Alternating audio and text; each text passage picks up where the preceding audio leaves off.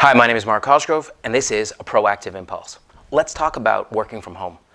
You know, back when we were all in the office, and if we worked too late, we felt like, oh my God, I feel like I'm living at work.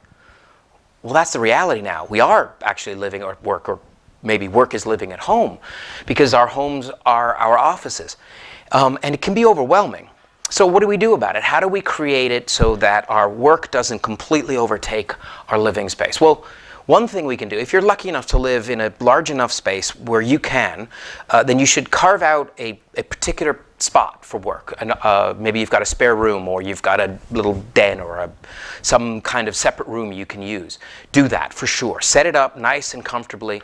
Then it's easy. At the end of the day, close the door, walk away, and you're finished work. Now, for many of us, that's not a possibility. You know, because we live in smaller places and we've got maybe a family in there as well. So in that case, you had to be a little bit more creative. So maybe you're using your dining room table. Okay, fine. But at the end of the workday, you still want to make a strong effort to shut it down. So that means don't just close your laptop, but leave all your work stuff spread out over the dining room table, because that's just going to operate like a beacon, kind of all that work that needs to be tended to, drawing you back, drawing you back.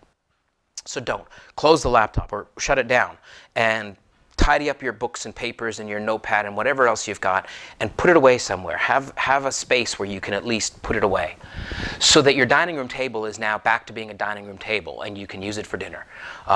So that's one thing we can definitely do to start to make our work from home experience better. Another thing you can do, right? Think about our work hours. Now, what's great about work from home is you don't have to commute. So we can shave an hour off our day each way in many cases. We don't have to get up, get on the bus or the subway or the car or whatever to go to work. But on the other side, why are we still sitting down from 9 to 6? A lot of our jobs don't actually require us to be physically present on the phone or available for those hours. It's a convenience, it's a tradition, and it might work for your business, but it doesn't necessarily need to be that way. So start to have a conversation with the people you work with and work for about maybe being a little bit more flexible with that. Maybe you're an early riser, so you like to get up. 7 a.m. you're on your computer answering emails already. Well, that's 2 hours before the workday starts. So where are you going to get those 2 hours back?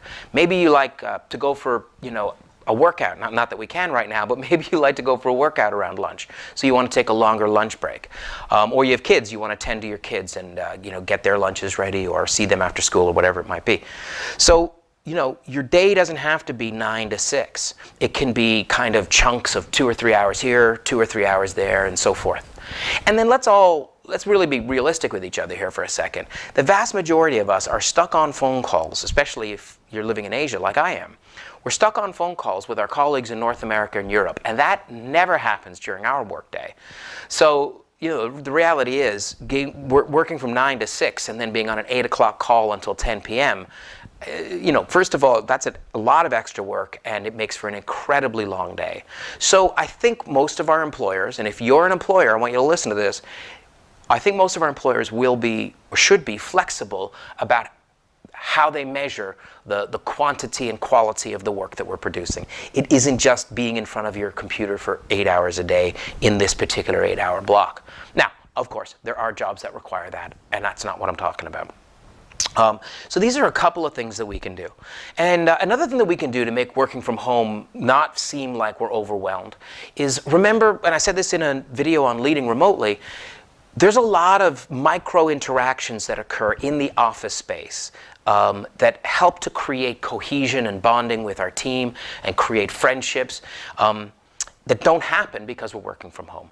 So make an effort to recreate those with your team. So add a little bit of extra time at the beginning of a meeting to chit-chat with your colleagues, or even just schedule a coffee break.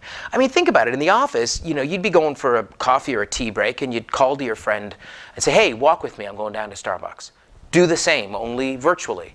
So book 3 o'clock, make your cup of tea, I'll make my cup of tea, we'll turn on Zoom for 10 minutes, and we'll just get caught up about our lives, what we're watching on Netflix, or, you know, the latest football game, or whatever it is you're interested in. And make an effort to create that human interaction so that we don't feel that we're living at work or that we're abandoned and we're doing everything by ourselves. My name is Mark Cosgrove. This has been a Proactive Impulse.